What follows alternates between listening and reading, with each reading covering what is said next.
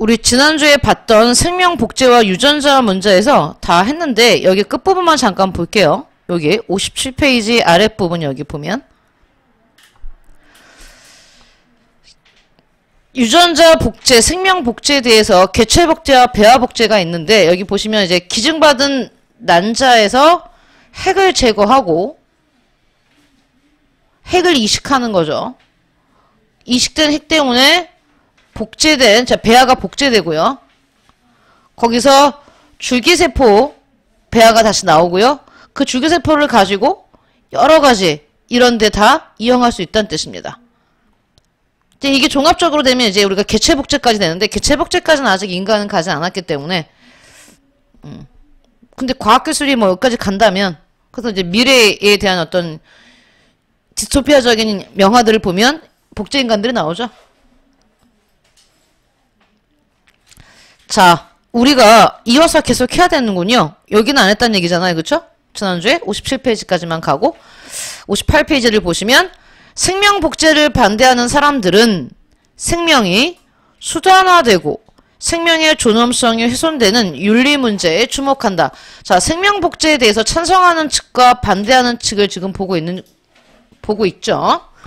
이 반대하는 사람들은 배아가 인간으로 발달할, 자, 이 배아 자체는 지금은 당장 인간이 아니지만 결국 인간도 결국에 뭐였습니까? 배아였죠. 그렇기 때문에 배아가 인간으로 발달할 잠재적인 가능성이 있는 존재다.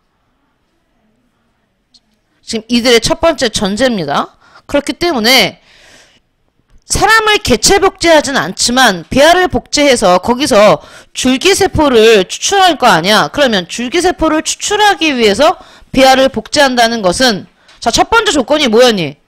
우리 가보자. A는 B다 할 때 배아를 A로 볼게요. 배아는 뭐다? 잠재적 인간이다. 이렇게 출발했죠. 그러면 배아는 잠재적 인간이다. B다. A는 B다. 그런데 만약에 줄기세포를 추출하기 위해서 배아를 복제한다는 것은 그렇습니다. 그러면 배아 복제는 C는 배아 복제는 결국 잠재적인 인간, 배아가 잠재적인 인간인데 그 잠재적인 인간인 배아를 복제하는 것은 배아를 복제하는 것은 결국 잠재적인 인간을 뭐하는 거고 수단화하는 행위이며 그 인간을 뭘로 보는 거야? 결국엔 수단을 보는 거야. 배아가 인간인데 배아는 잠재적인 인간인데 잠재적인 인간을 복제하면 지금 다시 주워버릴게요. 복제하는 것은 수단화하는 행위이며 배아를 생성하기 위해 난자를 채취하는 것은 여성의 건강에 해로울 뿐만 아니라 여성의 몸 역시 뭐하고 있는 거야? 배아도 인간인데 그것을 수단화하고 여성의 몸도 뭐하고 수단화하고 결국 다 뭐야? 인간을 수단화하기 때문에 뭐다? 비윤리적인 행위다 라고 말하는 겁니다. 뭘? 생명복제를 반대하는 사람들이. 더욱이 배아 복제가 지금은 줄기세포를 얻기 위한 배아 복제에서 머무르지만 결국에는 나중에 뭘로 갈 수 있다? 인간의 개체 복제로 이어진다면 그렇다면 이거는 그냥 더 심각한 윤리 문제가 될 수 있다. 예를 들어 복제 인간을 만들게 되면 부부의 결합과 자녀 출산으로 가정이 구성되는 사회의 근본 구조가 흔들릴 수 있다. 무엇보다도 생명 복제는 생명을 제작 또는 대체할 수 있다고 생각하게 함으로써 생명 그 자체의 가치와 존엄성을 훼손할 우려가 크다. 여기부터 여기까지는 다 복제에 반대하는 사람들의 주장인 겁니다. 우리나라는 뭐 당연히 대부분의 나라가 지금 현재는 개체 복제에 대해서 뭐하고 있습니까? 반대하고 있습니다. 여기 보시면 우리가 지난주에는 생명 복제에 찬성하는 어떤 측의 주장들을 쭉 봤고요. 지금은 이 복제에 대해서 반대하는 축의 주장들이 쭉 나와 있습니다. 자, 그러면 여기까지는 뭐야? 생명복제가 하나의 쟁점이었어. 생명복제는 크게 두 개가 있는 거야, 얘들아. 배아복제와 개체복제. 그럼 오늘은 두 번째 유전자와 관련된 것 중에 유전자 치료에 대한 쟁점입니다. 주제가 달라요. 생명복제냐, 유전자 치료냐. 자, 오늘날 생명과학 기술자들은 많은 질병이 유전자의 이상 때문에 발생한다는 것을 알게 됐습니다. 그전까지는 몰랐어요. 발견했어요. 그래서 이에 따라 질병을 일으키는 유전자, 만약에 태어날 때부터 기형으로 태어나는 생명들이 있죠. 그렇다면 그게 유전자의 문제였다. 그러면 그걸 우리가 미리 안다면 그걸 막을 수 있겠지. 그런 얘기를 하는 겁니다. 질병을 일으키는 유전자를 치료하는 기술이 꾸준히 개발되고 있다. 우리나라에서는 배아, 난자, 정자와 태아에 대한 유전자 치료를 법으로 현재는 금지하고 있지만 그랬습니다. 유전자 치료의 효용성과 윤리성에 대한 논쟁은 생명과학 기술의 발전과 함께 더욱 커지고 있다. 지금 현재는 금지하고 있지만 효과가 더 많이 일어나고 장점이 더 많다면 우리나라도 바뀔 수 있다는 얘기죠. 그렇기 때문에 이 쟁점에 대해서 한번 봐야 한다는 얘기입니다. 왜? 법이라는 건 계속 바뀌는 거니까요. 어떻게 될지 모른다는 얘기입니다. 그럼 이제 유전자 치료의 찬성 측과 반대 측에 대해서 한번 볼게요. 유전자 치료를 찬성하는 사람들은 그동안 치료가 어려웠던 선천성 유전 질환, 좋습니다. 우리가 많은 병들이 사실 선천적인 게 많아요.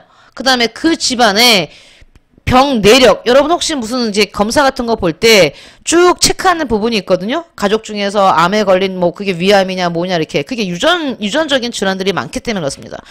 선천적인 유전 질환을 치료하고 예방할 수 있게 되었다는 점에서 의학적 효용 가치가 높다고 주장한다. 먼저 찬성하는 측입니다. 찬성하는 측, 뭐 의학적 효용 가치가 높아 이렇게 말하지. 또한 세대를 이어 발생하게 될 유전 질환과 그에 따른 많은 뭐 비용을 줄여주잖아. 그렇기 때문에 결과적으로 유용하다고 본다. 그뿐만 아니라 유전적으로 결함이 있는 배아를 바로잡아 출생의 가능성을 열어줌으로써 부모의 생식에 대한 권리와 자율성을 보장해 줄 수 있다고 강조한다. 여기까지가 지금 찬성하는 사람들의 근거입니다. 반면 유전자 치료를 반대하는 사람들은 유전자 치료가 갖는, 유전자 치료를 하기 위해서는 수많은 임상실험을 해야 돼. 임상실험의 위험성, 그 다음에 과학적 불확실성 때문에 예측할 수 없는 뭐가 나올까요? 부작용이 나올 수 있어. 이런 부작용은 치료 대상자는 물론 후손에게도 돌이킬 수 없는 해를 끼칠 수 있다고 주장한다. 또한 생식세포를 변화시켜 인간 성향을 여기 보시면요. 인간 성향을 개선하려는 이런 다른 학문이 있습니다. 우생학이라는 것이 발생할 수도 있어. 아직 나온 게 아니라 만약에 이렇게 유전자 치료를 하게 된다면, 여기 한번 보세요, 여러분. 아까 찬성했던 측에서 뭐라고 말했어? 배아를 바로잡아 그랬지. 그럼 배아 상태였을 때 유전적인 어떤 선천성 질환을 다 제거하겠다는 뜻입니다. 여러분 다운증후군이라고 들어봤죠, 그쵸? 이렇게 태어날 때 선천적으로 가지고 태어나는 장애가 있잖아요? 그러면 그런 친구들이 배아 상태였을 때 우리가 이미 그걸 알고 그런 어떤 결함들을 바로 잡아. 그러면 정상적인 아이가 탄생하잖아요, 그쵸? 그건 좋은 점이지. 근데 그게 좀 더 한 단계 더 나아가면 이렇게 될 수 있다는 얘기야. 처음부터 우월한 유전자만 두고 열등한 유전자를 제거하겠다는 뜻입니다. 우리가 우생학이라는 학문이요. 여기 보시면 미래 세대의 인종적 자질을 개선하거나 손상할 수 있는 요인들을 연구하는 학문이다. 우생학을 우리가 가장 많이 들어봤을 땐 이거죠. 히틀러의 유대인 대학 사례도 영향이 끼쳤다. 그래서 히틀러에 의하면 우월한 유전자는 아리안종이고 독일인을 중심으로 한, 그렇고 유대의 유전자는 열등하다. 아리안종이 아닌 애들은. 그래서 유대인뿐만이 아니라 집시라든지 정말 많은 사람들이 희생을 당했잖아요. 그게 바로 우생학인데, 그러면 아예 배아 상태에서 병이 될 수 있는 것만 제거하는 게 아니라 병아 아닌데도 나는 어떤 부모가 나는 피부가 희었으면 좋겠어요. 그럼 그런 부분들, 그러니까 심각하지만 맞춤형 아기가 나오는 것이, 외모나 모든 것들이 다 그런 우생학이 발생할 것을 우려한다. 질병을 치료하기 위한 목적이 아니야. 여기 나오죠. 그럼 다음. 우수한 유전자를 갖기 위해 유전자 치료를 한다면 궁극적으로는 인간종의 유전자 자체에 영향을 주어 예측할 수 없는 결과를 우린 예측할 수 없습니다. 진짜 어떤 미래가 올지는요. 사람 다 똑같이 생겼을 수도 있어요. 비슷하게 생겼을 수도 있습니다. 하나의 인종만 있다든가. 그러면 갑자기 그게 떠오르지 않으세요, 여러분? 옥수수밭? 스님 너무 막 건너뛰었네요? 옥수수밭. 우리가 현재 전 세계의 농업을 좌지우지하는 건 세계적인 농업 기업들이거든요. 곡물 기업들. 세계적인 곡물 기업, 메이저 곡물 기업 하면 뭐 우리나라에도 지금 많이 침투돼 있지만 걔네가 하나의 품종만을 고집합니다. 하나의 품종. 옥수수에서 가장 뭐 빠른 시간 내에 크고 성장하고 그다음에 알이 많이 맺히는 그런 품종들. 근데 전 세계 농부들이 그 다국적 기업인 그런 어떤 곡물 회사들한테 품종을 받으면요. 원래 우리나라 농부들은 농사를 어떻게 지었어? 그냥 자생적인 옥수수 농사를 지었지. 그러면 그 다음에 농사 지을 때 옥수수 씨앗을 걱정하지 않아. 왜냐하면 내가 옥수수를 재배하면 거기서 이미 뭐가 나와? 옥수수 씨가 나와. 그럼 그걸 다시 심으면 돼. 하지만 이 다국적 기업이 파는 이 곡물 기업들이 파는 이 품종은요. 씨가 안 나와요. 그래서 내가 A라는 곡물 기업에서 그 씨앗을 사다가 농사를 짓잖아? 그러면 그 다음에 또 사와야 돼. 그게 걔네의 수익의 원천이거든? 그러다 보니까 니네가 알다시피 생물종은 다양성이 있어야지만 얘네가 순환을 하고 돌아가는데 품종이 하나로 획일화되면 멸종이 됩니다. 멸종. 근데 인간종이 만약에 호모 사피엔스의 종이 우리가 지금 인종도 다양하잖아요. 민족도 다양하고 뭐 민족은 발명품이긴 하지만 얘네들이 하나로 획일화된다면 옥수수 품종처럼 하나만 남지 않을까라는 생각이 듭니다. 여러분 옥수수밭 하면 떠오르는 영화 없어요? 끝이 보이지 않는 옥수수밭밖에 없었던 그 영화 인터스텔라. 그 영화밖에 안 떠올라요. 인터스텔라에 보면 황량하고 황폐하잖아요. 거기다가 바람이 막 불어오잖아. 그래서 결국에는 세계적인 곡물 기업들이 마지막에는 하나의 품종만 남겨놔서 모든 건 다 토양의 이제 우리 지구의 흙이 더 이상 생물을 못 켜나는 그런 지경에 이르면 그 끝까지 견딜 수 있는 게 옥수수래요. 그럼 이제 다른 건 없어지고 끝없이 펼쳐진 옥수수밭에 모래먼지가 불어오면 그 굉장히 디스토피아적인 모습만 떠오르는데 인간이 이렇게 우생학과 인간종의 유전자 영향을 주는 이런 미래는 예측할 수 없겠어요. 너무 멀리 갔나? 이 사람들은 어떤 이런 이유를 대면서 반대를 하는 겁니다. 자, 생명윤리의 기본 원칙과 생명의 존엄성. 우리가 지금까지 봤던 게 여기 한번 봐봐. 다시 큰 제목으로 넘어가면 이 주제는요. 생명 복제에 대한 얘기가 있었고 그 다음에 지금 우리가 유전자 치료를 둘러싼 찬성과 반대측, 생명 복제를 둘러싼 찬성과 반대측. 우리 지난주에 봤지만 이제 이 영화는 정말 옛날 영화인데 정말 옛날 영화거든요. 근데 당시 나왔을 때는 굉장히 획기적이었어요. 지금 이제 인간 복제가 굉장히 익숙한 어떤 주제가 됐잖아요. 근데 이때는 이럴 수 있겠구나. 근데 그 전에 이 영화 전에 이제 만화들이 있었죠. 일본 만화들. 뭐 생명 복제에 관해서 갑자기 제목은 생각 안 나는데 어떤 섬이야. 여기도 아일랜드잖아. 거기서도 어떤 이제 섬에 왜냐면 그 전 세계를 움직이는 돈과 권력을 가진 애들이 자기 자식들을 똑같이 복제해서 그 외딴 섬에서 키우는 겁니다. 걔네들은 그러니까 장기 대용품이죠. 왜냐면 이제 굉장히 세계적으로 유명한 이제 스포츠 선수가 있어. 얘 유전자 되게 뛰어나. 근데 얘가 이제 스포츠를 하다 보면 다치고 부상하고 있잖아. 그러고 사고를 당할 수도 있고. 그러면 이제 내가 팔이 잘랐다. 그러면 이제 그 복제 인간한테 팔 잘라오는 거죠. 이렇게. 그런 식으로 이제 전 세계를 움직이는 뭐 왕족, 그다음에 대자본가, 그다음에 세계적인 스포츠 선수나 어떤 뭐 예술가. 왜냐 예술가들은 이렇게 그 타고난 어떤 게 있잖아. 그치? 예술적 기질. 그것들을 위해서 똑같이 복제해 놓는 거야. 근데 그 복제 인간 애들이 사는 애들은 그 섬에서 자라기 때문에 자기네가 고유한 존재인 줄 알아. 내가 복제된 A-1이라는 걸 몰라요. 그러다가 나중에 그 사실을 알게 돼. 왜냐하면 자기 친구들이 하나씩 사라져. 장기를 빼러. 장기가 없어져. 왜냐하면 어떤 되게 유명한 이제 그 세계적인 권력을 가진 어떤 왕족 가문의 왕자가 후계자가 태어날 때부터 심장이 약한 거야. 그래서 복제인간을 만들어둔 거야. 아, 아니나 다를까 얘가 열 몇 살 됐을 때 심장이 못 쓰게 되니까 복제인간의 심장을 띄운단 말이야. 이런 식으로 얘네들이 그렇게 이용되니까 얘네들 나중에 그 사실을 알게 돼. 아, 우리가 A가 아니라 A-구나. 우리 본체가 있구나. 당연히 주인공은 A-들이거든요. A-1들, 복제인간들. 그러니까 이게 만화였으니까 얘네가 더 반란을 일으키고 본체를 죽이고 자기네가 본체 역할을 하는 거지. 왜냐면 본체들은 다 결함이 있는 애들이야. 심장이 안 좋거나 눈이 안 좋거나. 그러니까 복제인간을 만들었을 거 아니야. 근데 그러니까 그 결함 있는 본체들을 죽이고 A-1들이 본체 역할을 하는 건데 굉장히 충격적인 만화였거든요. 근데 그 뒤에 얘기가 나왔어요. 아일랜드가. 뭐 지금이야 그런 어떤 스토리들이 낯설지 않은데 그때는 굉장히 낯설었던 그런 주제였습니다. 유전자 얘기를 쭉 하고 이제 그러면서 마지막에 생명윤리의 기본 원칙과 생명의 존엄성에 대한 얘기가 나옵니다. 지금 보면 찬성과 반대 측이 다 아신 봐봐 얘들아. 찬성하는 측도 인간의 존엄성을 얘기하고 반대하는 측도 인간의 존엄성을 얘기합니다. 찬성하는 측은 인간이 존엄하고 생명이 중요하기 때문에 살려야 한다. 그러니 유전자 치료를 찬성해야 된다. 배아복제를 찬성해야 된다. 근데 반대하는 쪽도 인간의 생명은 소중하고 인간의 권리는 소중하기 때문에 반대하는 겁니다. 그러니까 반대와 찬성의 모든 근거의 원천이 뭡니까? 생명의 존엄성입니다. 둘 다 이걸 가지고 뭐하고 있는 거예요? 찬성하고 반대하고 있는 겁니다.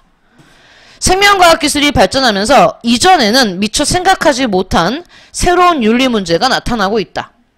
이에 따라 여러 가지 윤리적 쟁점에 폭넓게 적용할 수 있는 뭐가 필요해졌냐면 주차요. 최소한의 윤리 원칙이 필요했고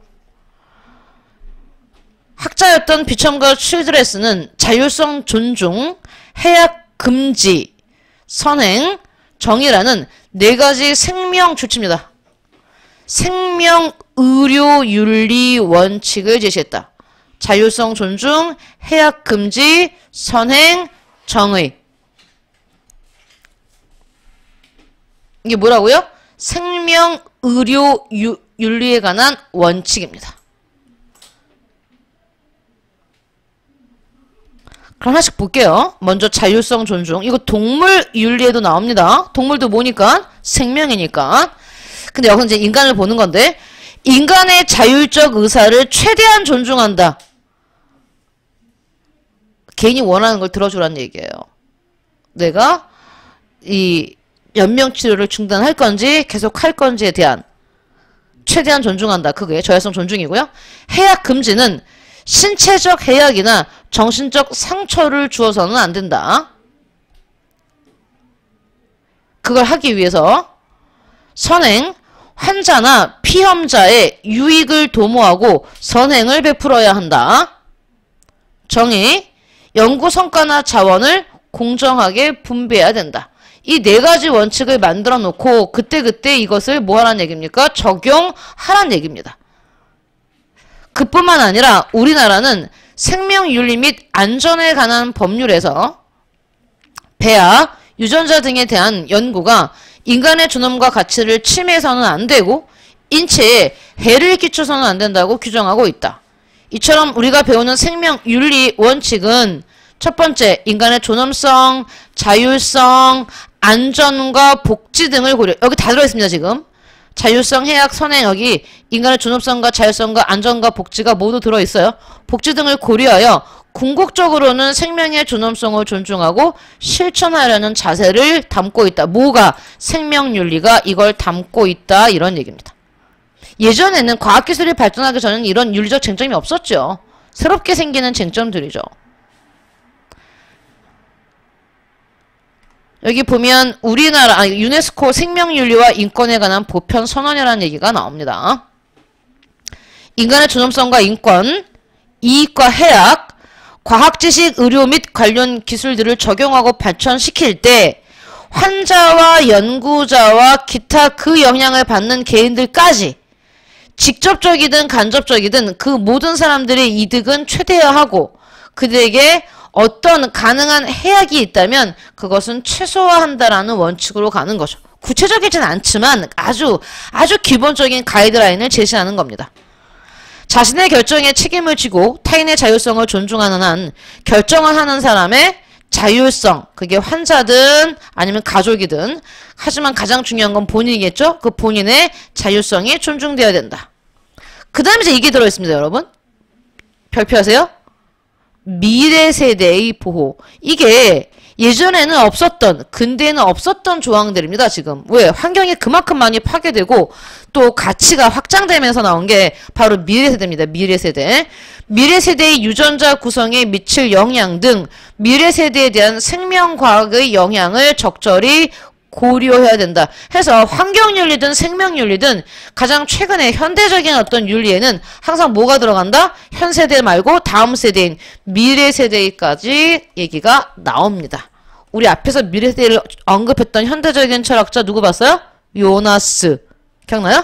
요나스 하면 무슨 세대? 미래 세대. 이렇게 나와 있다. 그래서 지난주에 끝냈어야 되는데 이번 주까지 이어서 우리가 쭉 한번 봤습니다.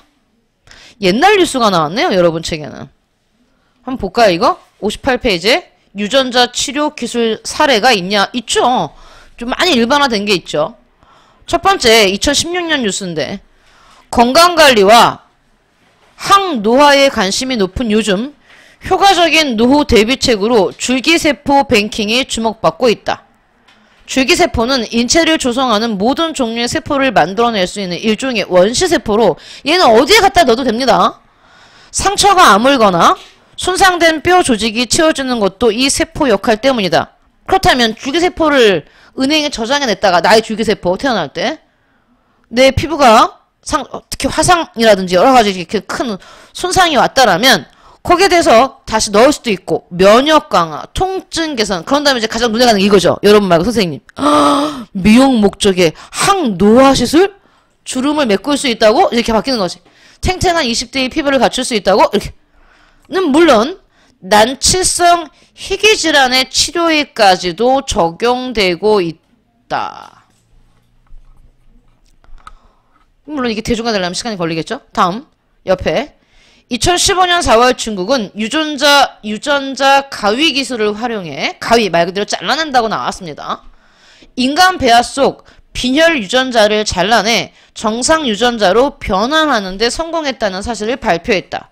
그러나 같은 해 12월 국제 과학자 그룹은 인간 생식세포의 유전자 편집 기술을 사용하는 것은 무책임한 행위라며 안전과 효능 문제가 해결되고 적절성에 대한 광범위한 사회적 합의가 있을 때까지 사용을 중단해야 한다라고 명확한 선을 그었다 했지만, 이거는 뭐 중국이 하면 하는 거죠. 미국이 하면 하는 거고요. 사실 우리는 지금 일상적으로 쓰고 있는 수많은 치료제들이 있잖아요. 치료제들, 현대가 나온 최고적인 치료제 중에 하나가 아스피린이죠, 아스피린. 그런 것 외에도 이제 수많은 당뇨의 지금 인슐린 같은 경우, 이런 지금 당뇨가 관리 가능한 병이 있잖아요, 당뇨가. 하지만 예전에는 당뇨를 치료 못했습니다. 페니실린도 마찬가지고요, 우리가. 통증. 그러면 이제 이러한 물론 약품들이 발견되고 발명되고 또 이렇게 대중화되는 데는 여러 가지 작용들이 있겠지만, 우리가 알게 모르게 수많은 실험들을 거쳤습니다. 특히 전쟁 시가 아닌 평상시에는 인체 실험은 정말 많은 조건이 있어요. 그 동물 실험 먼저 하잖아요. 동물 실험하고 그 다음에 이제 인체 임상 실험을 하는데, 전쟁 때는 그런 비인간적인 인체 실험이 마구마구 행해지지. 그때 어마어마하게 뭐가 발전합니까? 의료와 제약이 발달해요. 우리 전 세계적으로 약을 잘 만드는 나라 하면 어떤 나라가 떠올라요? 그 나라 약은 최고지 하는 거. 안 떠올라요? 그 나라 약은 믿고 쓸 수 있어요. 이런 거. 독일입니다. 두 번째가 일본이에요. 공통점을 알겠어요? 독일과 일본의 공통점? 당연하죠. 그들은 수많은 뭘 할 수 있었을까? 임상 실험을 했겠지. 사람을 상대로. 흰쥐가 아니라. 그게 전시예요. 전시 전쟁 포로에게 혹은 유대인들에게. 그죠? 아니면 일본 같은 경우는 동아시아의 많은 식민지 국민들한테 그냥 강제로 잡아다가 돈이 필요 없잖아요. 가둬놓고 실험했지. 그러면서 제약이, 약 분야가, 의료가 어마어마하게 발전했어요. 아이러니한 겁니다. 물론 그들의 의학기술, 제약기술이 전 세계 또 사람들한테 도움을 주곤 있지만, 그건 또 어디서 온 것이냐 라고 했을 때, 그러면 우리가 지금 봤던 이 굉장히 무거운 주제입니다. 생명 복제와 유전자 치료는요, 우리가 지금까지 봤던 것보다 또 다른, 더 많은 임상실험을 필요로 할 겁니다, 여러분. 그지? 니네가 알다시피, 무기는 언제 발전하니? 전술은 언제 발전하고? 전쟁해봐야 돼. 군대가 강해지는 건 싸워봐야 돼. 모의 훈련을 아무리 해봤자, 실전 100만 번, 그러니까 한 번 하는 거랑 비교가 안 될 만큼. 그래요. 그렇습니다. 무거운 주제입니다. 그래서 빨리 넘어갑니다. 슥싹슥싹 이렇게. 그런 다음에 두 번째 생명윤리는 동물 실험인데, 그럼 여기는 인간을 대상으로 한 임상 실험보다는 무게감이 조금 낮겠죠 하면 이제 선생님 욕먹어요. 어떻게 인간의 생명과 동물의 생명이 같은 저울의 무게가 다르냐라고 말하는데, 이거는 이제 가치관의 차이라고 생각합니다. 선생님은 이제 선생님은 동물의 생명이 소중하지 않다고 말하는 게 아닙니다. 하지만 동물의 생명과 인간의 생명을 같이 놨다면, 글쎄요, 선생님은 살짝 무게추가 기울지 않을까, 이러면 이제 인간중심주의자가 되는 거죠. 언제였죠? 작년인가요? 재작년인가요? 이제 벌써 또 해가 또 한 해가 지나서 아프가니스탄에서 미군이 철수했잖아요. 철수했죠. 우리 파키스탄 바로 위에 있는 나라 아프가니스탄. 오랫동안 미군이 주둔하고 있다가 이제 철수를 하면서, 이제 거기 있었던 미군이 철수한다는 얘기는 이제 결국 그 나라에 나가 있었던 유엔 평화유지군이라든지 여러 나라의 군대가 함께, 민간인과 함께 다 철수한다는 얘기였는데, 그 철수할 때 이제 그게 너무 급작스럽게 이루어지면서, 이제 그러면 여러 나라가 자국 국민들을 이렇게 실어 나를 거 아니에요. 그래서 우리도 되게 유명했었잖아. 우리나라가 이제 그 전 세계 뛰어가지고 우리나라 국민과 이제 직원들을 실어 왔잖아요. 그러니까 전 세계를 띄울 수 있는 나라가 그렇게 또 많지도 않습니다. 경제를 이렇게 써야 되는데, 그때 이제 대부분의 이제 그 서방 선진국들이, 영국이나 프랑스 이제 이런 애들 자기네 자가용 비행기 띄워가지고 이제 자국민들을 실어 오는데, 그때 이제 그 탈출하고 싶었던 아프가니스탄의 국민들 있었어요. 되게 많았습니다. 나는 이제 지금 미군이 철수하게 되면 그때 들어온 그 아프가니스탄의 이제 그 이슬람 정부를 난 인정할 수 없다. 아마 분명히 처벌받을 거다. 그래서 난 지금 도망가겠다. 엑소더스가 엄청 일어났었어요. 피난민들이. 그럼 이제 그때 우리가 이제 우리나라가 그때 호황에 이제 그 많은 칭찬을 받았던 게 뭐냐면, 우리나라 국민과 대사관 직원들 뿐만이 아니라 우리 대사관에서 일했던 아프가니스탄 국민들 중에 그 나라를 나오고 싶어 하는 사람들을 태워왔어요. 그 사람들 같이. 그러니까 탈출을 시켰던 거죠. 근데 이제 그건 우리나라였고, 다른 나라에서는 그 사람들을 이제 탈출시켜주는 게 아니라 애완동물을 데려왔어요. 이제 그 대사관 직원들이 같이 키웠던.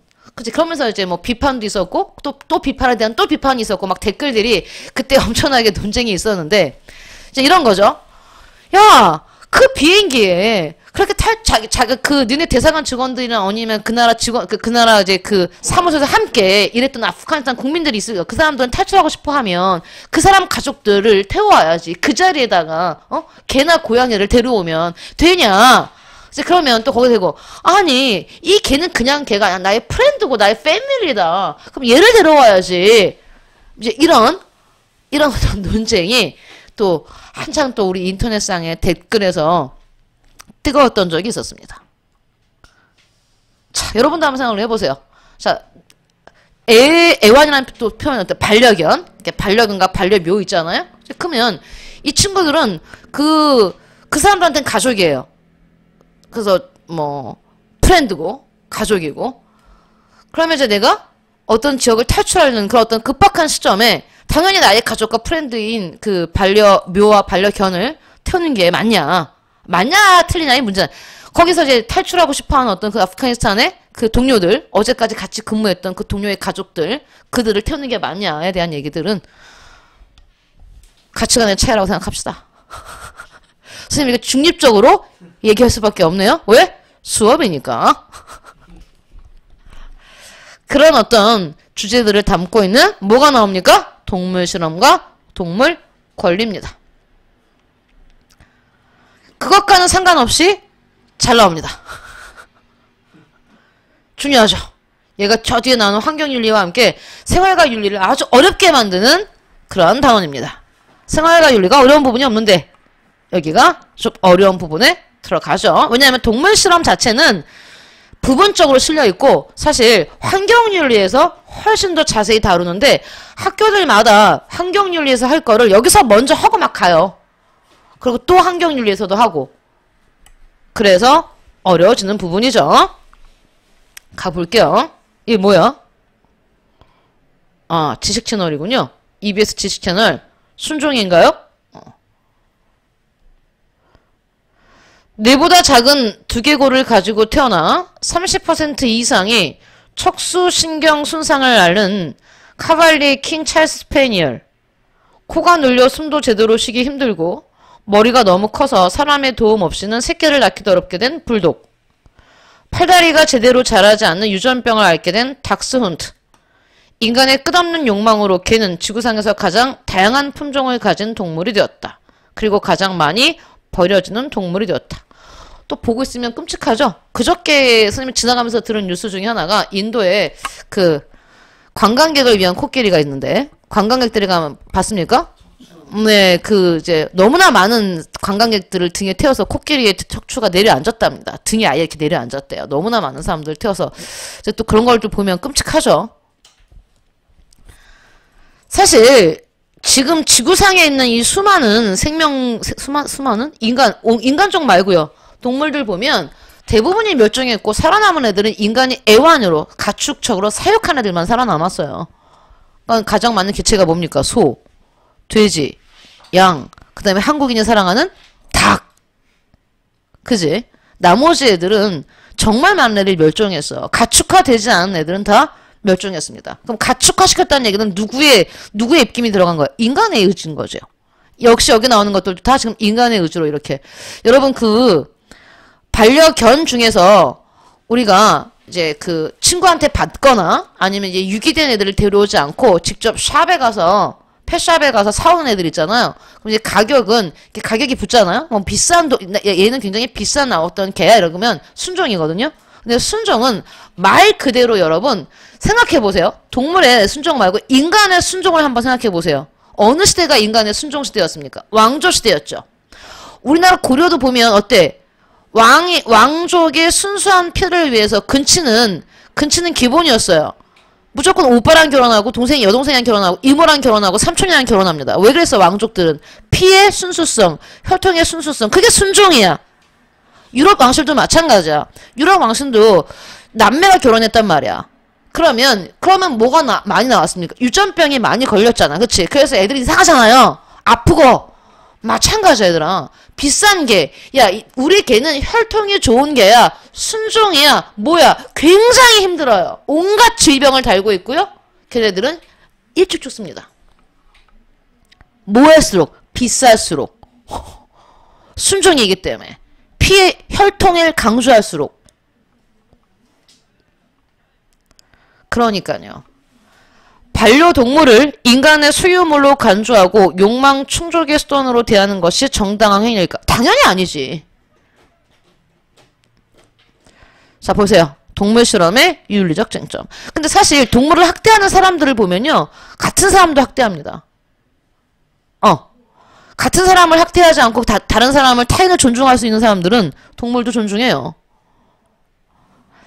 자, 동물 실험이란 인간의 과학적 목적을 위해 동물을 대상으로 하는 실험을 말한다. 생물학 분야에서는 동물을 해부하여 여러분은 초등학교 때 개구리 해부하지 않죠? 저는 안 해봤어요. 한 애도 있어요? 친구들 중에 해본 애들도 있다고 하더라고요. 개구리 해부는 학교 과학 시간에 합니까? 그렇지 않을까? 그러니까요. 표본실에 천개구리라는 그 유명한 소설이 있듯이 생물학 분야에서는 동물을 해부하여 근데 이렇게 과학 시간에 동물 해부하지 않고 개인적으로 하는 친구들도 많죠. 모기 잡고 파리 잡고 날개 뜯고 잠자리 잡아서 날개 한번 뜯어보고 꼬리에 불 붙여보고 그지? 그 다음에 여기 내장이 있는지 메뚜기를 벽돌로 찍어보고 그런 친구들이 있어요. 선생님 사이코패스 되는 게 그 정도로 사이코패스 안 돼요. 더 나가야 됩니다. 더 나가서 이게 재밌어서 쥐를 잡았어. 쥐를 해부해. 이제 그때부터 이제 기질이 보이는 거잖아요. 고양이를 죽여. 학대. 이건 이제 사이코패스로 가는 겁니다. 근데 어쨌든 동물을 해부해서 동물의 생체나 유전적 특징을 연구하기도 하고 이게 생물학 분야입니다. 동물 실험은 어디서 하냐? 첫 번째, 생물학 분야에서 한다. 두 번째, 의학 분야에서 하지. 의학 분야에서는 새로운 약품과 치료법을 누구한테 합니까? 흰쥐, 실험용 쥐가 있죠. 약품이나 치료법 등을 동물에게 적용하여 그 효능과 안전성을 확인하기도 한다. 동물 실험은 어디에도 쓰입니까? 농약, 화장품, 식품 등이. 그래서 여기서도 많이 해요. 여기서도 인체에 미치는 영향을 예측하기 위해서도 활용된다. 그러니까 지금도 동물 실험을 계속 하고 있습니다. 여기 보시면 옆에 동물 실험의 기원은 고대 그리스 시대로 거슬러 올라간다. 히포크라테스 하면 여러분 뭐가 떠올라요? 의사들이 선서하는 게 떠오르죠? 히포크라테스의 선서. 그는 동물 해부를 통해 생식과 유전을 설명했고, 아리스토텔레스 역시 동물을 관찰하여 해부학과 발생학을 발전시켰다. 동물 실험이 독성학, 생리학 등의 분야에서 본격적으로 활용된 것은 19세기 이후이다. 그러나 동물 실험 과정에서 동물은 물과 사료를 제한받기도 하고, 우리 사회심리학이나 이런 데서도 동물 실험 합니다. 먼저 미로 같은 데다가 흰 쥐를 넣어놓고 전기 자극을 주고, 이쪽은 전기 자극을 안 주면 애가 어디로 오는지 이런 거 있잖아요. 다 하죠. 그러니까 과학에서만 하는 게 아니라 사회과학에서도 합니다, 여러분. 사료를 제한받기도 하고, 약물이나 병원균, 암세포를 주입받기도 하며, 심지어 생체 해부를 당하거나, 그래서 한쪽이 없는 데로 막 살아서 움직이죠, 애들이. 안락사가 되기도 한다. 이러한 과정에서 많은 동물들이 고통을 받고 있기 때문에 동물 실험에 대한 윤리 문제가 제기되고 있다. 그럼 이제 이런 얘기가 나오죠. 실험실에 있는 흰쥐의 생명과 우리 집 안방에 있는 나의 친구 프렌드의 걔 이름 뭐라고 할까? 내가 키우는 고양이 이름이 황태자야. 그 황태자와 실험실에 있는 흰쥐의 생명은 동급일까 아닐까?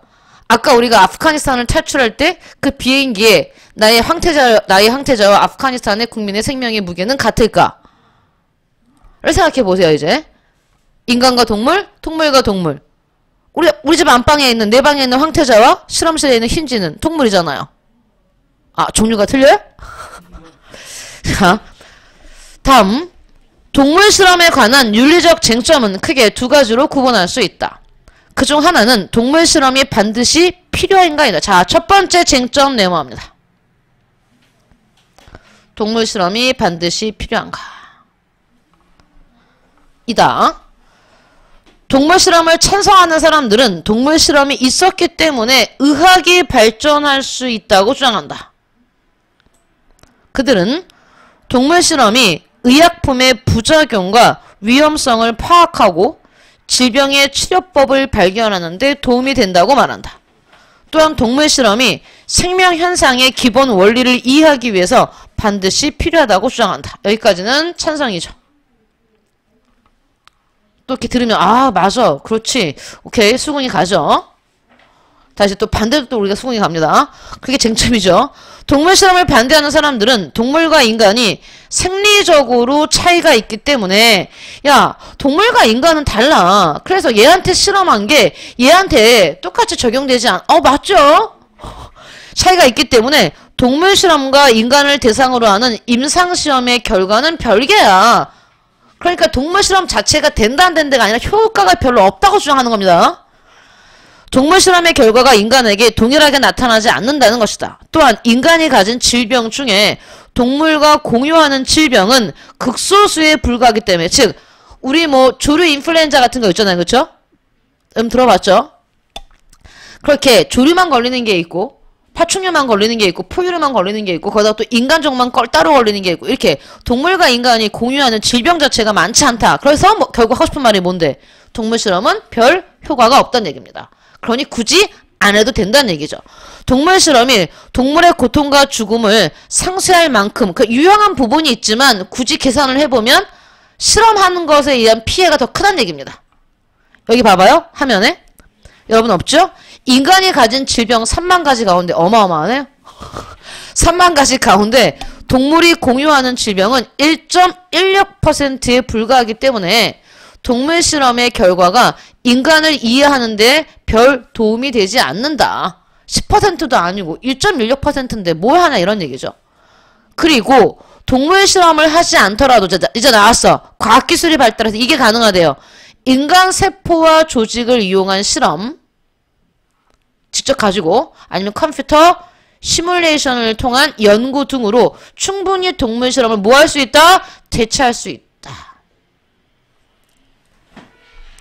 이렇게 나옵니다. 찬성과 반대. 찬성과 반대. 이렇게 나와요. 여기 보시면 의학 분야의 동물 실험 사례 보면 아까 뭐 파스테르 양에게 탄저균을 주입하는 실험을 통해 예방 접종의 원리를 개발했다. 벤팅 개의 췌장에서 인슐린을 최초로 발견했죠. 그래서 당뇨에 정말 효과가 있다는 걸 나중에 알아내죠. 인간과 유전자 차이가 적은 원숭이를 대상으로 암과 에이즈 바이러스, 알츠하이머 연구 등을 진행했다. 인류 의학사의 큰 발전을 이뤘던 부분들이죠. 그렇죠? 죽어야 될 사람들을 다 살려놨죠? 아니다. 죽어야 할 사람이 아니라 죽어가는 사람들 살려놨죠. 표현이 굉장히 다르고 어다른데 정정하겠습니다. 다음 동물 실험과 다른 임상 결과 사례. 페니실린 동물 실험에서 쥐에게는 기형아가 출산했고 고양이에게서는 사망을 일으켰지만 인간에게는 아무런 부작용을 일으키지 않았다. 탈리도마이드 입덧 치료제인 이 약은 동물 실험에서는 안전한 약으로 판정받았지만 이 약을 복용한 임산부는 기형아를 낳았다. 그러니까 찬성 측의 근거와 반대 측의 근거가 모두 있어요. 그래서 뭐란 얘기야? 쟁점이야. 쟁점이 아니면 이건 다 가치관의 문제지라고 할 수 있는 부분이 아니면 선과 악이 좀 갈라집니다. 이제 퍼센테이지로. 이건 맞는 거지 이런 식으로 더. 근데 지금 얘는 쟁점이에요. 뭐라는 얘기가? 찬성과 반대가 팽팽하게 갈린다는 얘기입니다. 쌤은 어느 쪽이세요? 말할 수 없어요. 자, 보죠. 계속해서 동물 실험에 관한 또 하나의 윤리적 쟁점은 동물에게도 두 번째입니다. 여러분 잘 보셔야 됩니다. 첫 번째 쟁점은 동물 실험 자체가 별 도움이 되지 않기 때문에 반대하는 주장이었어. 근데 이제 두 번째는 이건 다른 얘기예요. 동물 실험을 반대하는 똑같이 반대하더라도 동물의 뭐에 관련된 논쟁입니까? 이겁니다. 여기서 이제 우리가 환경윤리로 넘어가는 부분이죠. 동물에게 도덕적 지위가 있는가입니다. 주치세요. 아까 위에서 본 건 동물 실험이 별 도움이 되지 않는다였어. 두 번째는 이건 출발 자체가 틀려요. 동물에게 도덕적 지위가 있는가입니다. 자, 이 도덕적 지위에 따라서 환경윤리가 갈라진다고 했잖아요. 잠깐 얘기하면 우리가 뒤에서 나오겠지만 여기 보세요. 여기 다른 데를 볼게요. 화면 보세요. 여기 보면 쓰지 마세요. 나중에 다 나오니까. 도덕적 지위를 두고 우리가 가봅시다. 차근차근히 발전할 겁니다. 제일 먼저 도덕적 지위는 인간만 갖고 있다라고 주장하는 학자들이 있습니다. 그게 인간중심주의예요. 인간중심주의. 인간중심주의자들은 도덕의 주체도 인간이고 도덕의 객체도 인간이다 이렇게 말합니다. 그럼 주체와 객체의 차이는 뭐예요? 도덕적 행위를 할 수 있느냐 없느냐의 차이입니다. 대상. 자, 내가 우리 황태자, 아까 우리 황태자 우리 집에 있는 개라고 얘기했죠. 만약에 선생님 개를 키우진 않지만 킨다면 가상의 개가 있어. 그럼 걔 이름이 황태자야. 그럼 선생님이 황태자한테 아침에 출근할 때 이러겠지. 태자야, 누나 갔다 올게. 이런단 말이야. 그리고 걔가 선생님이 출근하고 퇴근하는 동안에 8시간이 걸려. 근데 걔는 중간 4시간마다 밥을 먹어야 돼. 그럼 선생님이 먹이를 놓고 오겠죠. 사료를 놓고 오겠지. 그건 뭔데? 내가 황태자를 도덕적인 객체로 대우해 주는 거야. 오케이? 먹이를 주잖아. 사료를 주는 거잖아요. 그 다음에 물도 놓고 와. 깨끗한 물. 대우해 주는 겁니다. 그러면 선생님의 반려견인 황태자는 도덕의 주체입니까? 객체입니까? 객체예요. 그럼 주체는 뭔데? 황태자가 직접 나한테 얘기해야 됩니다. 누나 갔다 와. 이렇게. 근데 안 하잖아. 못 하잖아. 어느 날 내가 갔어. 근데 애가 황태자가 인사를 안 해. 너 왜 이렇게 예의가 없니? 너한테 인사 안 하는구나. 너 밥 먹을 때 나한테 인사하고 먹어야지. 때릴 수 없잖아요. 그러니까 도덕의 주체가 될 수 있는 건 누구밖에 없다? 인간밖에 없다. 이거는 모든 사상의 공통점입니다. 생태 중심주의자들도 도덕적 주체는 누구밖에 없다고 말합니까? 당연히 인간밖에 없다고 얘기해요. 사자한테 가서 야 사자 너 어떻게 토끼를 잡아먹을 수 있어? 이 잔인한 놈 이라고 말할 수 없잖아. 왜? 인간을 제외한 모든 생명체는 아직까지는 도덕의 주체가 아니라고 말합니다. 모든 사상가들이. 당연한 거 아니야? 지금까지는? 우리가 사자랑 대화를 못하니까? 오케이. 그러면 도덕적 지위에 대한 논쟁은 도덕적 주체가 누구냐에 대한 논쟁이 아니야. 뭘 둘러싼 논쟁이야? 객체. 어디까지 도덕적으로 대우해 줄 것이냐입니다. 대상입니다. 대상. 인간 중심주의자들은 도덕적으로 대우해 줄 대상이 누구밖에 없다야? 인간밖에 없답니다. 이게 인간 중심주의자야. 그러면 조금 더 도덕의 대상을 확장시킨 사람들이 동물 중심주의자, 동물 중심주의가 있습니다. 쓰지 마세요. 다 나오니까. 이게 인간 중심주의. 그러면 동물 중심주의자는 도덕적으로 우리가 대우해줘야 될 대상을 어디까지 확장시키는 거야? 동물까지. 근데 또 동물 중심주의에도 학자들이 나뉘어요. 모든 동물이냐? 아니면 포유류냐? 이렇게 다 나뉩니다. 우리가 배울 겁니다. 두 명 다. 싱어와 레건을. 자, 그 다음. 이제 아니야. 어떻게 동물까지만 도덕적으로 대우해줘? 생명을 가진 모든 것들을 다 도덕적으로 대우해줘야 돼. 그게 뭐야? 생명중심주의야. 와우. 그럼 확 확장되지. 저기 저 뒤에, 저 선생님 책상 뒤에 보세요. 저기 생명체 두 개가 있죠. 식물이죠. 그래서 생명중심주의는 동물 플러스 어디까지도 생명을 가진 모든 것들, 식물까지도 도덕적 대상에 둬야 되는 겁니다. 그래서 선생님 저거 잘랐는데 안 된다는 얘기야. 내가 지나가다가 꽃을 꺾어. 안 되지. 걔는 내가 꽃을 마음대로 예쁘니까 꺾었어. 아, 선생님은 꽃 안 꺾습니다. 그건 선생님이 생명중심주의자이기 때문에 안 꺾는 게 아니라 꽃에 관심이 없기 때문에 꺾지 않습니다. 좋아하지 않아요. 그러면 안 된다는 얘기야. 중간에 꺾어오면. 왜? 걔는 도덕적으로 뭐 해줘야 돼? 대우하고 고려해야 되기 때문에. 자, 여기가 생명중심주의야. 더 나갑니다. 생태중심주의가 있어요. 그럼 생태중심주의는 이제 뭔데? 도덕적 고려의 대상이 동물, 식물 더 확장돼서 바람과 바위, 흙, 물, 지구를 구성하는 모든 어떤 환경까지도 도덕적 고려의 대상에 두는 겁니다. 오케이? 이렇게 확장되는 거야. 근데 인간중심주의든 동물중심주의든 생명중심주의든 생태중심주의든 변하지 않은 공통점.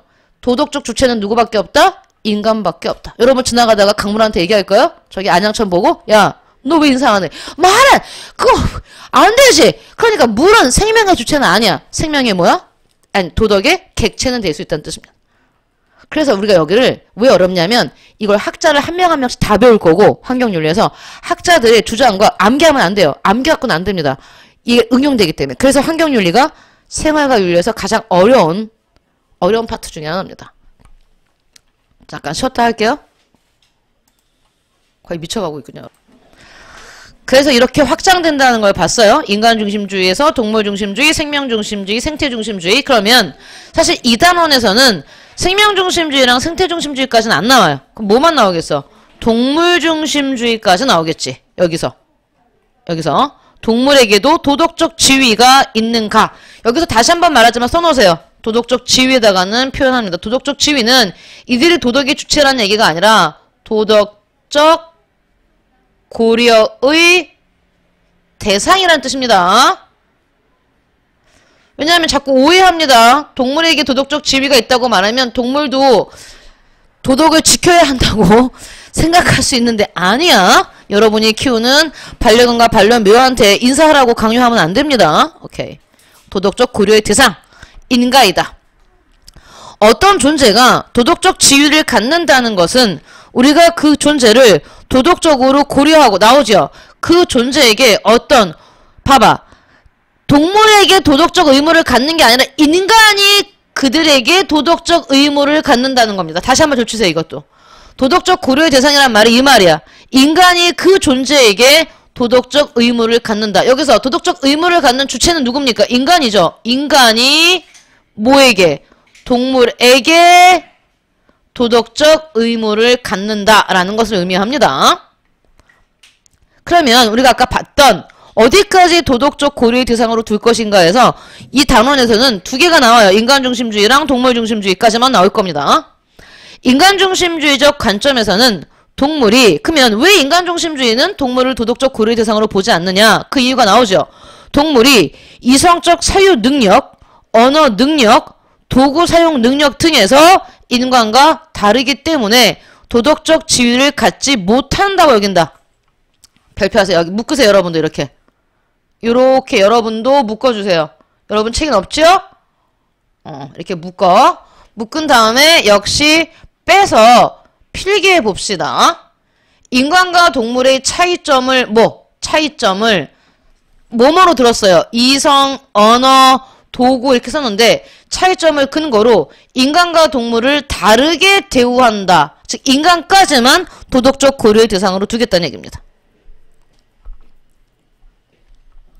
동물은 인간의 목적 달성을 위해 이용될 수 있으며 즉 수단이 될 수 있다는 뜻이에요. 동물 실험의 결과가 인간에게 미치는 영향만을 고려하면 된다고 본다. 여러분 이걸 읽고 오해하시면 안 돼요. 그럼 인간중심주의는 동물을 학대해도 된다고 말하냐? 그건 아니야.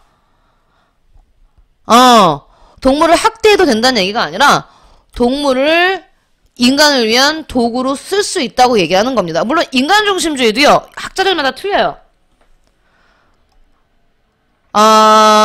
극단적인 인간중심주의를 가면 동물 기계론을 주장하는 학자가 있어요. 동물은 뭐와 같다? 기계와 같다. 그러면 동물 기계론을 주장한다고 해서 저 기계를 막 발로 밟고 그런 얘기 아니잖아. 그치? 근데 이 정도는 되겠지.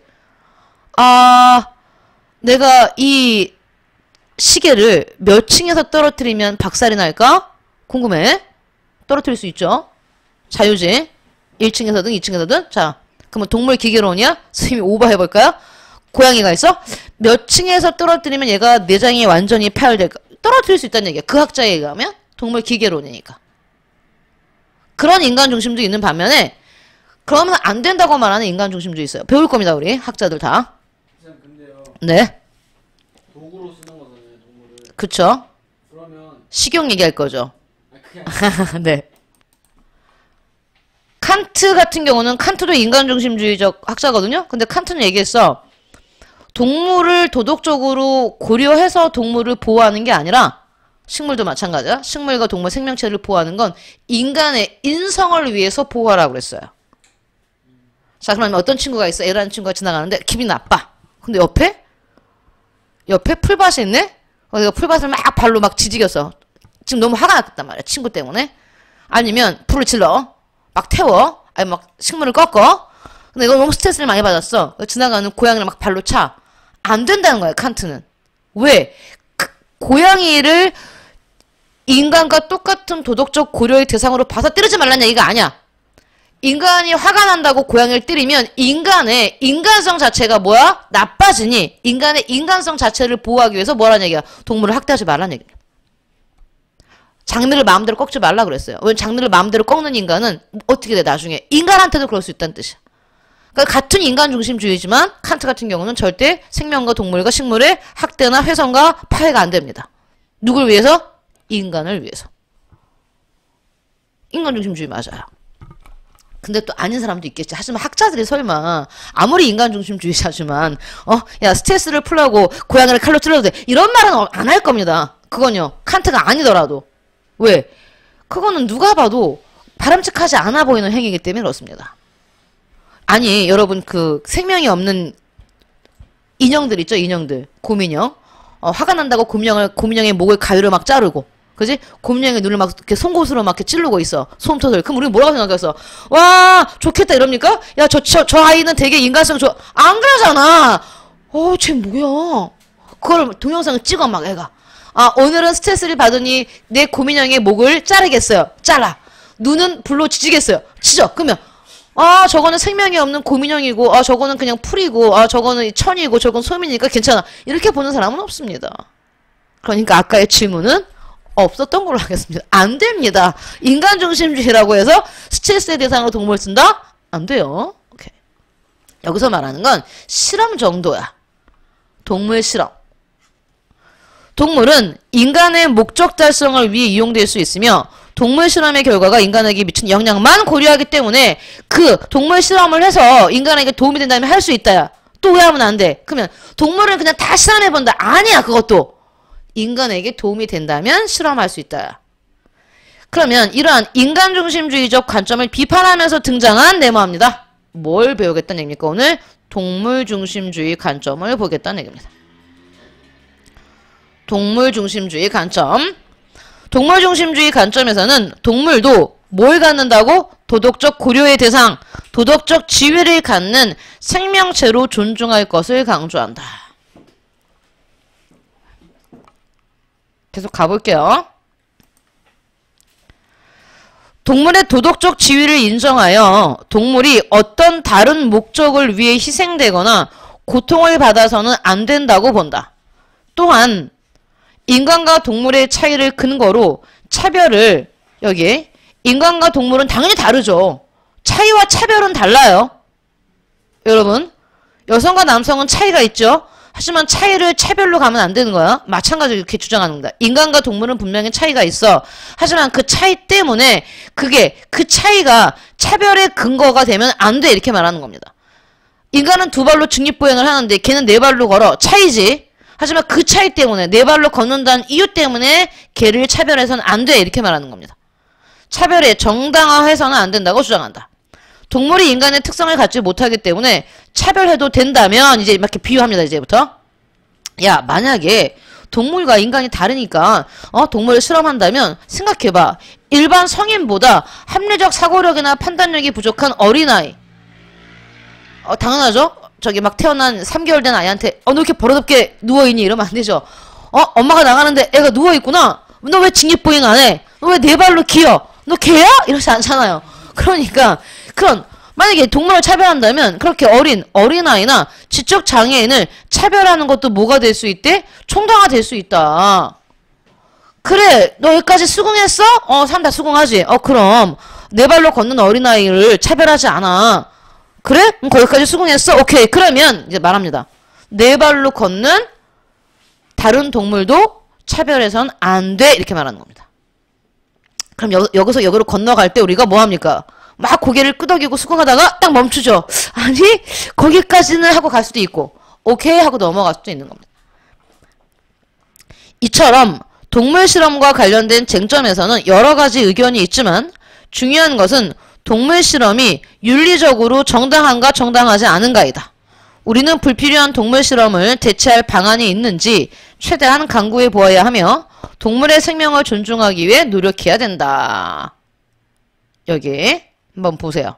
이제 드디어 학자들이 나올 겁니다. 동물 해방과 동물 권리. 누가 나왔어요? 피터 싱어가 나와 있네요. 생활과 윤리가 사랑하는 학자입니다. 진짜 많이 나옵니다. 환경윤리 나오고 저 뒤에도 나오고 원조에도 나오고 자 평화에도 나오는 피터 싱어. 발표하세요. 싱어. 현준아? 싱어. 오케이. 싱어. 싱어의 동물 해방론. 볼게요. 오늘날 동물의 행동을 연구하는 사람들은 동물에게도 지능이나 문화가 존재한다는 걸 밝히면서 인간과 동물 사이의 근본적인 차이를 부정한다. 자, 여기 첫 번째 문장. 여러분 한번 예를 들어봐요. 여러분이 아는 거. 동물에게 지능이나 문화가 존재한다는 거. 많이 밝혀져 있죠. 뭐요? 무리 생활을 해요. 무리 생활을 한다. 무리를 이루는 건 사회를 이루는 거겠죠? 예. 지능이 있잖아요. 그래서 우리는 이제 속된 말로 굉장히 이렇게 생각하기를 싫어하는 친구들한테 얘기하죠. 너 조륜이? 이렇게. 너 어류구나? 이렇게 말하죠. 이건 되게 순화된 표현이야. 너 닭대가리니? 이렇게 표현할 수 있잖아. 그치? 그러면 그 얘기는 걔네가 지능이 있다는 얘기입니다. 반대로. 지능이 있다는 얘기예요. 어류든 조류든. 그럼 지능이 있고 문화가 존재한다는 걸 밝히면서 근본적인 차이를 부정한다. 인간과 동물이 이성이나 언어 능력에서 차이가 있다 하더라도 동물 역시 인간과 마찬가지로 동그라미 치세요. 이 동물 중심주의자들이 동물과 인간의 차별을 반대하는 가장 큰 근거는 이겁니다. 동물도 뭘 느껴요? 고통을 느낀다. 동물도 고통을 느낀다. 그러면 여러분이 서양윤리에 조금 익숙해지면 이 고통을 보는 순간 여러분의 선배들은 자동으로 뭘 떠올립니까? 공리주의를 떠올립니다. 공리주의. 여러분 안 떠올라요? 그럼 공리주의 공부 많이 안 된 겁니다. 공리주의의 가장 대표적인 철학자가 누굽니까? 왜 이래요? 양적 공리주의자. 미를 떠올려야죠? 그럼 미를 뭐라 그랬어? 인간은 쾌락과 고통의 두 군주에 애속되어 있다. 이렇게 말합니다. 쾌락과 고통. 고통과 쾌락과 고통. 누가 떠올라야 돼? 공리주의가 떠올라야 돼. 바로 나온단 말이야. 싱어, 피터 싱어는 공리주의자야. 별 10개 해야 돼. 그럼 우리는 공리주의자 몇 명째 만나? 밀과 벤담과 싱어. 밀, 존 스튜어트 밀이나 그 다음에 우리가 배웠던 벤덤은요. 자, 고전 공리주의자들이야. 고전 공리주의자들. 피터 싱어 같은 경우는 현대 공리주의자입니다. 현대학자이기 때문에. 자, 고통을 보는 순간 뭐가 떠올라야 된다고 여러분? 공리주의. 공리주의가 강조하는 거. 공리주의한테 선은 뭐니? 쾌락이야. 즐거움이 선이야. 그러면 악은 고통이죠. 그래서 밀 같은 경우 양적 공리주의자는 쾌락을 계산할 수 있다고 말했잖아. 기억나? 반면에 질적 공리주의자는 아니다. 쾌락에도 뭐가 있다? 질의 차이가 있다. 그래서 내가 단순히 배가 부른 거랑 그 다음에 행복감을 느끼는 건 다르다 이렇게 말하잖아요. 그래서 그 고통과 쾌락이 나오는 겁니다, 여러분. 그래서 고통 나오는 순간에 공리주의가 떠올라야 돼요. 자, 그러면 싱어는 말하는 거야. 동물과 인간이 똑같이 도덕적 고려의 대상에 돼야 된다고 말하는 근거가 뭐라고? 동물도 뭘 느낀다, 한준아? 동물도 뭘 느낄 수 있다? 고통을 느낄 수 있기 때문에 뭐 해야 되는 거야? 도덕적으로 대우해줘야 하는 거야. 그럼 고통만 느끼겠어? 동물도 뭘 느끼겠니? 쾌락을 느끼는 거죠. 내가 아까 말했던 우리 항태자한테 선생님이 2박 3일 여행을 가면서 사료를 주지 않았어. 얼마나 고통스럽겠습니까? 그쵸? 근데 내가 자 얘한테 되게 얘가 좋아하는 간식이 있어. 사료 중에. 자기가 좋아하는 브랜드가 왜냐면 애완견들도 좋아하는 브랜드가 따로 있잖아. 그럼 걔를 줬어. 그럼 얘가 되게 즐겁겠죠? 뭘 느끼는 거야 우리 항태자는? 쾌락을 느끼잖아. 그렇기 때문에 잊지 마. 싱어가 동물을 도덕적 고려의 대상으로 둬야 한다는 얘기는 그 근거는 뭐야? 동물도 뭘 느낄 수 있다? 쾌락과 고통을 느끼기 때문에. 써요. 너무 유명한 말입니다. 그걸 뭐라고 말합니까? 쾌락과 감수, 느끼는 겁니다. 감각하고 느끼는 거. 쾌고 감수, 능력. 징글징글하게 쓰는 표현이지. 동물 역시 인간과 마찬가지로 쾌고 감수 능력이 있기 때문에 고려해야 된다는 얘기입니다. 그 다음에 이거 별표하랬죠? 싱어는 무슨 주의자야? 공리주의자. 싱어는 공리주의 관점에서 동물이 느끼는 고통을 감수해야 한다는 자 무슨 론? 동물 해방론을 주장한다. 싱어는 동물도 인간과 마찬가지로 나오죠. 쾌락과 고통, 즐거움과 고통. 즐거움과 고통을 느끼기 때문에 이게 근거라니까? 동물이 도덕적 지위를 갖는 근거. 싱어에 의하면 동물도 도덕적 지위를 가져야 되는 근거는 이거야 이거. 뭐 쾌고 감수 능력. 이게 있기 때문에. 근데 싱어는요. 식물은 아니라고 말해. 식물은 쾌락과 고통을 느끼는 능력이 없다고 보는 거야. 거기까지는 내가 장미를 딱 뜯었는데 장미가 이래. 그러면 얘는 고통 이렇게 알 거 아니야. 근데 아니야. 근데 내가 항태자를 때리면 깨갱 그런다. 그치? 비명을 지른단 말이에요. 동물은. 근데 식물은 비명을 안 지르잖아. 그러니까 거기까지는 안 가는 거야. 그래서 싱어는 동물 중심주의야. 도덕적 지위를 갖는다고 본다. 따라서 어떤 존재가 이러한 감각이 뭐라고? 쾌고 감수 능력. 이러한 감각, 쾌고 감수 능력을 가지고 있다면 그들의 이익은 얘들아 그들은 누구야? 쾌고 감수 능력을 가진 이들. 걔들의 이익은 동등하게 고려되어야 한다. 너무 중요해. 발표하세요. 이익 동등 고려의 원칙 이렇게 말합니다. 싱어의 이익 동등 고려의 원칙. 그 다음에 첫 번째가 뭐고? 쾌고 감수 능력. 이익 동등 고려의 원칙. 다 누가 하는 얘기야? 싱어. 그에 따르면 누구야? 싱어죠. 싱어에 따르면 동물을 자 종이 다르지. 종속 과목 그래서 우리가 생물학에서 배웠던 게 너무 오래돼서 기억이 안 납니다, 선생님. 종이 다르다는 이유로 차별하는 것은 뭐라고 표현했어? 인종차별과 성차별과 다를 바 없다. 니네 비판하잖아, 인종차별. 같은 인간인데 피부색이 다르다는 이유만 차별하는 건 그건 너무 무식한 일이다. 자, 같은 인간인데 성에 다른 이유로 차별하면 비판하고 무식한 일이라고 얘기하잖아. 근데 왜 동물은 차별해? 그거는 성차별, 인종차별, 종차별 같은 수준에 있는 거야 라고 말하는 거야. 누가? 싱어가. 알겠어요? 그러면 우리가 성차별은 비판하는데 동물과 인간을 차별하면 비판하지 않는다? 싱어한테는 잘못된 거란 얘기입니다. 알겠어요? 그러니 아까 아프가니스탄을 탈출할 때 내 반려견과 아프가니스탄의 국민의 그거 차별을 하는 건 뭐야? 종차별이라는 얘기입니다. 구할 수 있으면 다 구해야죠. 그게 가장 좋겠죠. 최선이죠. 자, 두 번째 동물 중심주의자 누가 나옵니까? 레건입니다. 아예 중요하죠. 뭐 또 나와요. 환경윤리에서. 뭐랑 뭐 하지만 싱어를 더 좋아해. 생활관리에서는 왜 더 많이 나와? 레건. 자, 레건은 별표에 10개. 무슨 논이야? 의무론자야. 의무론자면 우리는 칸트 기억나요? 칸트. 그래서 굉장히 칸트랑 비슷한 말을 합니다. 의무론자잖아. 단 칸트도 의무론자고 레건도 의무론자지만 칸트는 인간중심주의자야. 얘는 의무론자인데 동물중심주의자야. 그러니까 칸트는 뭐라고 말하겠어? 인간을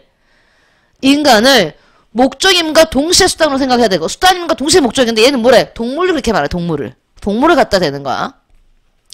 레건은 의무론의 관점에서 동물도 존중받을 권리를 갖는다고 주장한다. 레건에 따르면 동물은 인간과 마찬가지로 자 봐봐요.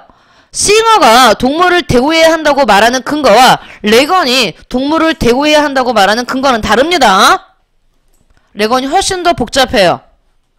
자, 첫 번째. 동물은 뭘 갖고 있어? 좋죠? 지각. 감정을 지닌 존재고. 두 번째. 동물은 자신의 욕구와 목표를 위해 행동할 수 있는 삶의 주체다. 완전 중요해. 우리 집 황태자는요. 자기가 좋아하는 자리가 있어. 꼭 가서 자는 자리가. 거기다 집을 갖다 놓으면 짜증냅니다. 우리 집 뭐 할까요? 자, 이름이 갑자기 자, 레이놀드가 있어. 걔는 고양이라고 쳐. 레이놀드는 걔는 자기가 꼭 즐겨서 가는 어떤 루트가 있어. 그건 뭐야? 좋아하고 싫어하는 게 명확하다는 얘기입니다.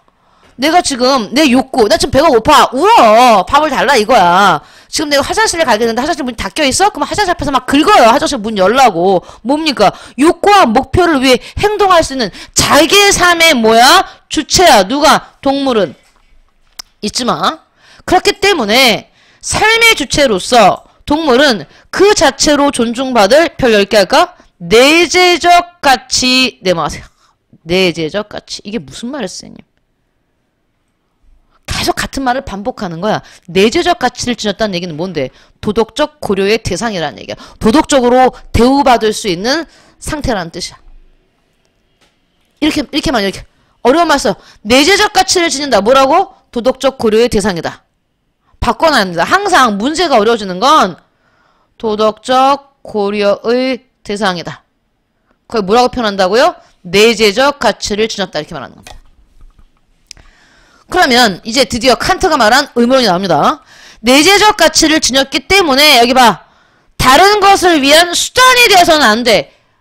칸트 한 말이지. 인간은 수단이 되어서는 안 돼. 목적임과 동시에야 돼. 인간 그 자체가 목적이 돼야 되지. 인간이 돈을 버는 도구가 돼서는 안 돼. 마찬가지야. 동물 역시 수단이 되어서는 안 돼. 목적임과 동시에 수단이어야 되는 거야. 내가 서커스에서 원숭이를 서커스단에서 공연을 시켜. 근데 그 원숭이를 제대로 대우해주지 않아. 우리에 가둬놓고 사료도 제대로 안 주고 훈련 안 하면 막 때리고 그러면 안 된다는 뜻이야. 그거는 단지 원숭이를 뭘로만 하는 거야. 돈 버는 도구로만 보는 거지. 그럼 아까 봤듯이 아이돌을 계속 24시간 굴리는 거랑 똑같은 거예요. 잠도 안 재우고. 그럼 사람들이 비판하잖아. 아니 어떻게 기획사에서 아이돌들이 아무리 지금 한창 인기 있을 때라고 하지만 잠은 재워야지. 그래서 항상 문제가 생기는 게 뭡니까? 여기서 이 공연장 저 공연장 이동하다가 방송 스케줄 때문에 너무 급하게 움직이다가 사고 나는 거잖아요. 그러면 막 비판하잖아. 야, 어떻게 걔네들 도구로만 보는 거지. 마찬가지야. 원숭이를 서커스에서 공연시키려면 쾌적한 환경에서 충분한 사료와 충분한 휴식과 오케이? 이렇게 해야 한다는 얘기입니다. 그게 수단이 되어서는 안 된다는 뜻입니다. 레건은 내재적 가치가 종을 초월하여, 종초월주의자라고 말하지? 누구나 누릴 수 있는 뭐야? 도덕적 권리이기 때문에, 즉 동물도 도덕적 권리를 갖고 있기 때문에 인간은 동물을 도덕적으로 배려하고 존중해야 될 의무를 갖는다고 주장한다. 저기 보시면 레건은 의무론적 관점에서 동물은 그 자체로 존중받을 도덕적 권리를 갖는다고 주장한다. 이런 표현 진짜 많이 쓰죠. 동물 자신이 뭐다? 자기 삶의 주체이다. 동물 역시 내재적 가치를 갖는다. 동물 역시 도덕적 권리를 갖는다. 그 다음에 너무 중요한 표현 여기 이거 네모하세요. 여기를 주치세요. 쓰고 인간 중심주의는 일종의 뭐다? 종차별주의며라는 표현 썼어요. 이거 써주세요, 여러분. 워낙 많이 나오는 문장입니다. 객관식에서, 선택지에서, 제시문에서. 인간 중심주의는 뭐다? 종차별주의다. 써놔야 돼요. 필기하세요. 중요한 거 있습니다, 이거. 여기 레건이 의무론자지만 아까 말했니? 뭐라고 말했어? 레건이 동물도 도덕적 고려의 대상이 되는 첫 번째 이유가 지각과 감정을 지닌 존재랬죠. 여기 보입니까? 지각과 감정을 지닌 존재를 이거야 이거 쾌고 감수 능력을 줬다. 같은 표현입니다. 그래서 시험에 뭐가 나오겠니? 싱어와 레건의 공통점 100% 나옵니다. 무조건. 싱어와 레건의 공통점 둘 다 뭐야? 동물을 존중해야 되는 이유가 뭐야? 쾌고 감수 능력을 지녔기 때문에. 그걸 다르게 표현하면 이거야. 지각과 감정을 지닌 존재이기 때문에. 그래서 여러분은 생활과 윤리가 문제가 어려워지는 건 딱 하나예요. 계속 표현을 바꿔요.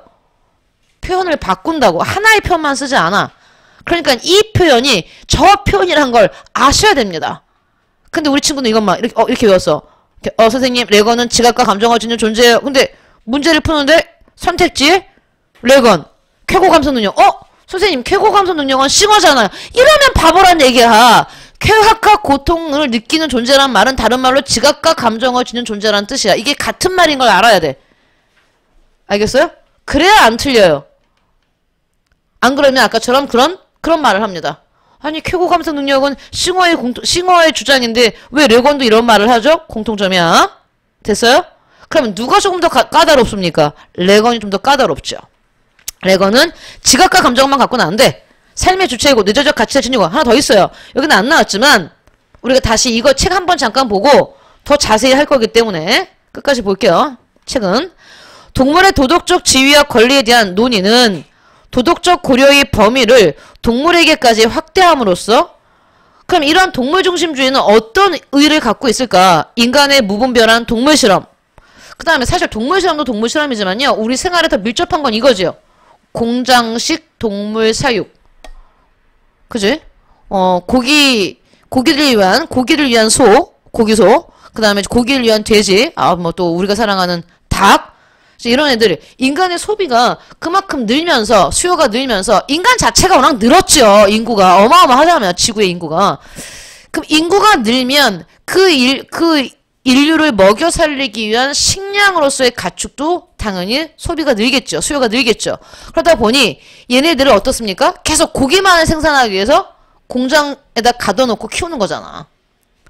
닭이 달걀을 놓으라고 애들이 계속 24시간 동안 불을 켜놓잖아요. 그럼 얘네들 계속 아침인 줄 알고 뭐 24시간 내내 울고 그 다음에 막 살만 찌울 수 있는 사료만 넣고 그래서 애들이 빨리 키워서 다시 고기로 쓰고 또 갖다 키우고 이제 이런 공장식 사육 오락성 동물 사냥과 같은 비도덕적 관행을 즉 그러니까 내가 동물 중심주의는 아니지만 인간 중심주의적인 학자들한테도 사람들한테도 이런 걸 뭐 하겠다는 얘기야. 반성하게 했다는 점에서 뭐라는 얘기야? 의의가 있다는 얘기입니다. 그러나 인간과 동물 사이에 이익이 충돌할 때 이제 이 얘기죠. 명확한 답을 제시해주지 못하며 누굴 먼저 구조할 것인가 그런 거 있잖아요. 동물 개체에만 관심을 가질 뿐 이런 비판도 있습니다. 생태계 전체를 식물을 고려하지 않았다. 생태계 전체를 고려하지 않았다는 뭐 한계도 갖고 있다. 한계와 장점을 다 갖고 기억하시면 됩니다. 얘가 꾼 택도 없어요. 자, 다시 안 하고 넘어왔던 거 한번 볼게요. 여기 보시면 동물 실험의 세 가지 원칙도 있고요. 동물 실험의 원칙도 보셔야 되고요. 차별의 역사도 보셔야 되는데, 잠깐만요. 여기도 코끼리가 나왔네요.